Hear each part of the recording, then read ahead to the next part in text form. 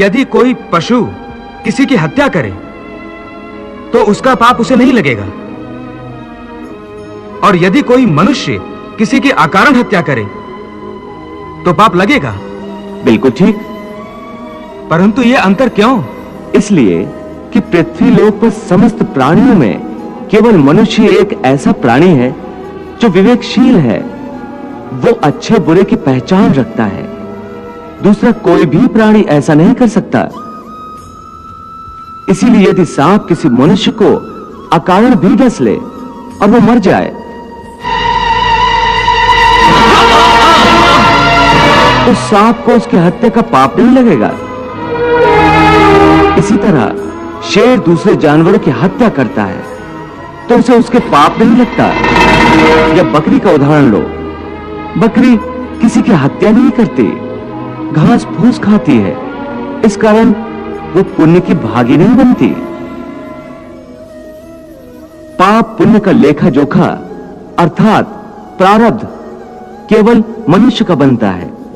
इसीलिए जब मनुष्य अपने पाप और पुण्य भोग लेता है तो उसे फिर मनुष्य की योनि में भेज दिया जाता है।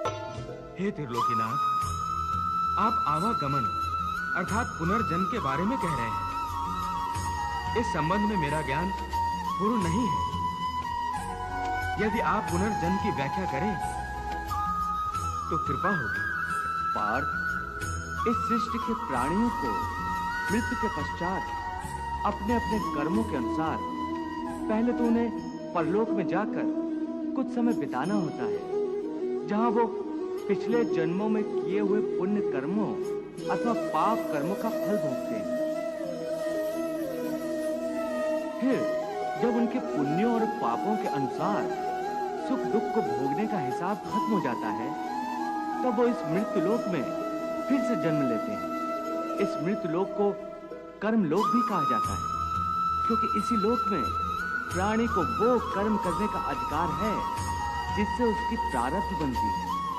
हे केशव, हमारी धरती को मृत्युलोक क्यों कहा जाता है? क्योंकि हे अर्जुन, केवल इसी धरती पर ही प्राणी जन्म और मृत्यु की पीड़ा सहते हैं। अर्थात दूसरे लोकों में प्राणी का जन्म अथवा मृत्यु नहीं होती?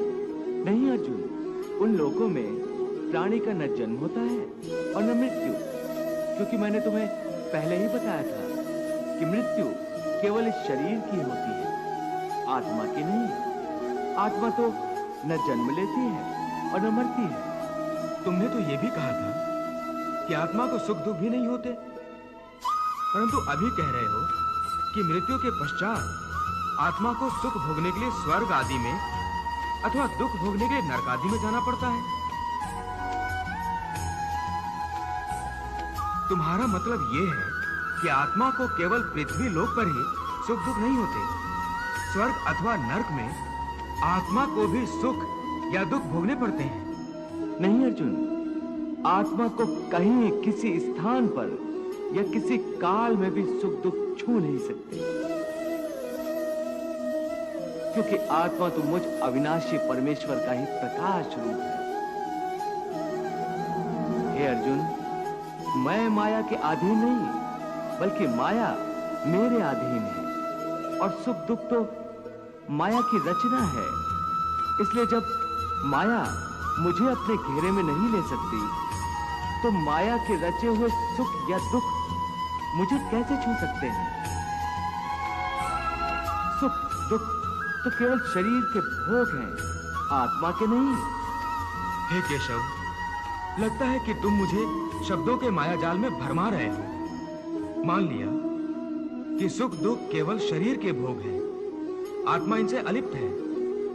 फिर जो शरीर उनको भोगता है उसकी तो मृत्यु हो जाती है, वो शरीर तो आगे नहीं जाता। फिर स्वर्ग अथवा नरक में सुख दुख को भोगने कौन जाता है? जीव आत्मा। जीव आत्मा? हाँ पार्थ, जीव आत्मा। ये जीव आत्मा क्या है केशव?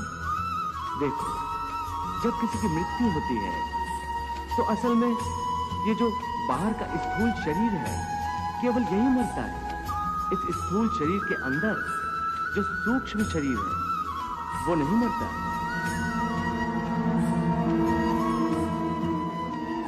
वो सूक्ष्म शरीर आत्मा के प्रकाश को अपने साथ लिए मृत्यु लोक से निकलकर दूसरे लोकों को चला जाता है। उसी सूक्ष्म शरीर को जीवात्मा कहते हैं। इसका अर्थ है कि जब आत्मा एक शरीर को छोड़कर जाती है तो साथ में जीवात्मा को भी ले जाती है। नहीं अर्जुन, ये व्याख्या इतनी सरल नहीं है। देखो, जैसे समुद्र के अंदर जल की एक बूंद समुद्र से अलग नहीं है, उसी महासागर का एक हिस्सा है। वो बूंद अपने आप सागर से बाहर नहीं जाती। हाँ, कोई उस जल की बूंद को एक बर्तन में भरकर ले जाए तो वो समुद्र से अलग दिखाई देती है। इसी प्रकार सूक्ष्म शरीर रूपी जीवात्मा उस आत्म ज्योति के टुकड़े को अपने अंदर रखकर अपने साथ ले जाता है। यही जीवात्मा की यात्रा है, जो एक शरीर से दूसरे शरीर में, एक योनि से दूसरी योनि में विचरती रहती है। हे महादेव, भगवान श्री कृष्ण परमात्मा, आत्मा और जीवात्मा की व्याख्या करते करते मनुष्य के स्थूल और सूक्ष्म शरीर की बात कर रहे हैं। मेरी ये जानने की इच्छा है कि इस सूक्ष्म शरीर का आकार क्या होता है? देवी, सूक्ष्म शरीर का आकार प्राणी के बाहरी स्थूल शरीर जैसा ही होता है, परंतु वो बहुत छोटा होता है, अति लघु रूप और इतना सूक्ष्म होता है कि साधारण मानवीय चक्षुओं से दिखाई नहीं देता। प्रभु, भले ही छोटा है, पर है तो शरीर, फिर क्यों नहीं दिखाई देता? क्योंकि उस शरीर में पृथ्वी और जल जैसे स्थूल तत्व नहीं होते, इसलिए स्थूल चक्षुओं को वो दिखाई नहीं देता। देवी, भगवान की इस महाविशाल सृष्टि में भिन्न भिन्न लोकों में रहने वाले जीवों के शरीर भिन्न भिन्न तत्वों से बने होते हैं। भगवान, मानव शरीर 5 तत्वों से बना है, परंतु उसके अंदर सूक्ष्म शरीर एक ही होता है। नहीं देवी, उस स्थूल शरीर के अंदर भिन्न भिन्न स्तर पर 5 शरीर होते हैं।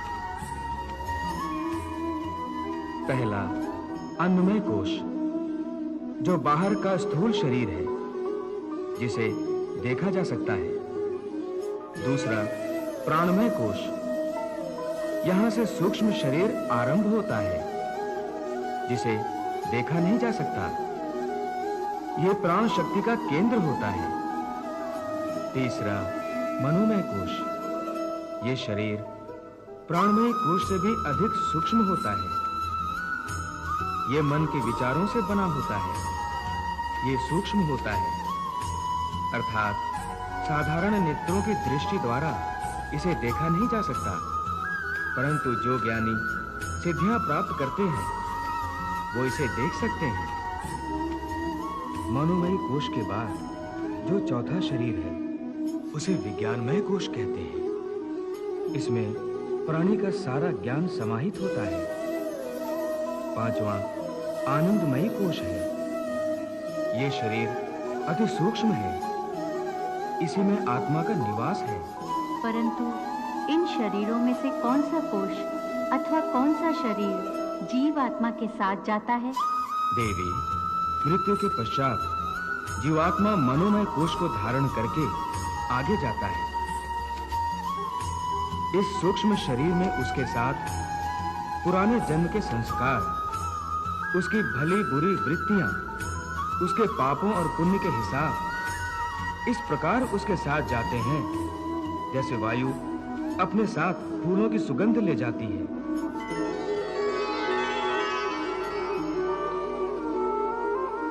हे अर्जुन, जीवात्मा जब एक शरीर को छोड़कर जाती है तो उसके साथ उसके पिछले शरीर की वृत्तियां, उसके संस्कार और उसके भले कर्मों का लेखा जोखा अर्थात उसकी प्रारब्ध सूक्ष्म रूप में साथ जाती है। हे मधुसूदन, मनुष्य का शरीर त्यागने के बाद जीवात्मा कहां जाता है? मानव शरीर के त्यागने के बाद मनुष्य को अपने प्रारब्ध अनुसार अपने पापों और पुण्यों को भोगना पड़ता है। इसके लिए भोग योनियां बनी हैं, जो दो प्रकार की हैं, उच्च योनियां और नीच योनियां। एक पुण्य वाला मनुष्य का जीवात्मा उच्च योनियों में स्वर्ग में रहकर अपने पुण्य भोगता है,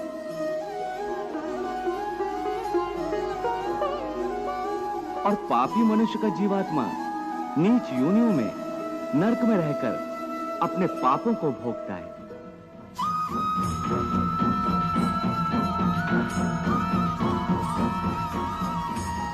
कभी ऐसा भी होता है कि कई प्राणी स्वर्ग नरक का सुख दुख पृथ्वी लोक पर ही भोग लेते हैं। इसी लोक में? वो कैसे? इसे तुम यूं समझो अर्जुन कि कोई संपन्न मनुष्य है, महल में रहता है, उसकी सेवा के लिए दास दासियां हर समय खड़ी हैं। उसका एक इकलौता जवान बेटा है जिसे वो संसार में सबसे अधिक प्रेम करता है और अपने आप को संसार का सबसे भाग्यशाली मनुष्य समझता है। परंतु एक दिन उसका जवान बेटा अचानक किसी दुर्घटना में मारा जाता है। सुखों का पहाड़ उस पर टूट पड़ता है। संसार की हर वस्तु उसके पास होने के बावजूद भी वो दुखी रहता है और मरते दम तक अपने पुत्र की मृत्यु की पीड़ा से मुक्त नहीं होता। तो पुत्र के जवान होने तक उस मनुष्य ने जो सुख भोगे हैं वो स्वर्ग के सुखों की भांति थे, और पुत्र की मृत्यु के बाद उसने जो दुख भोगे हैं वो नरक के दुखों से बढ़कर थे।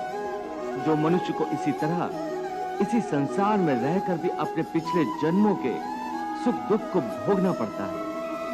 वाह प्रभु वाह। हे मधुसूदन, अब ये बताओ कि मनुष्य अपने पुण्यों को किन किन योनियों में और कहां भोगता है? हे अर्जुन, पुण्यवान मनुष्य अपने पुण्यों के द्वारा किन्नर, गंधर्व अथवा देवताओं की योनियां धारण करके स्वर्ग लोक में तब तक रहता है जब तक उसके पुण्य क्षीण नहीं हो जाते। अर्थात ये कि प्राणी के हिसाब में जितने पुण्य कर्म होते हैं उतनी ही देर तक उसे स्वर्ग में रखा जाता है।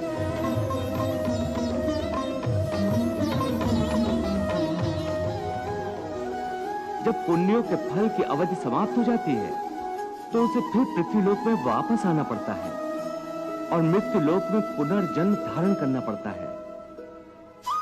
प्राप्त पुण्य कृताम लोकान पुष्यत्वा शाश्वती समाह शुचीनाम श्रीमताम गेहे योग भ्रष्टो अभिजायते। परंतु स्वर्ग लोक में मनुष्य के पुण्य क्यों समाप्त हो जाते हैं? वहां जब वो देव योनि में होता है तो वो अवश्य अच्छे कर्म करता होगा, उसे इन अच्छे कर्मों का पुण्य तो प्राप्त होता होगा। नहीं अर्जुन, उच्च योनि में देवता बनकर प्राणी जो अच्छे कर्म करता है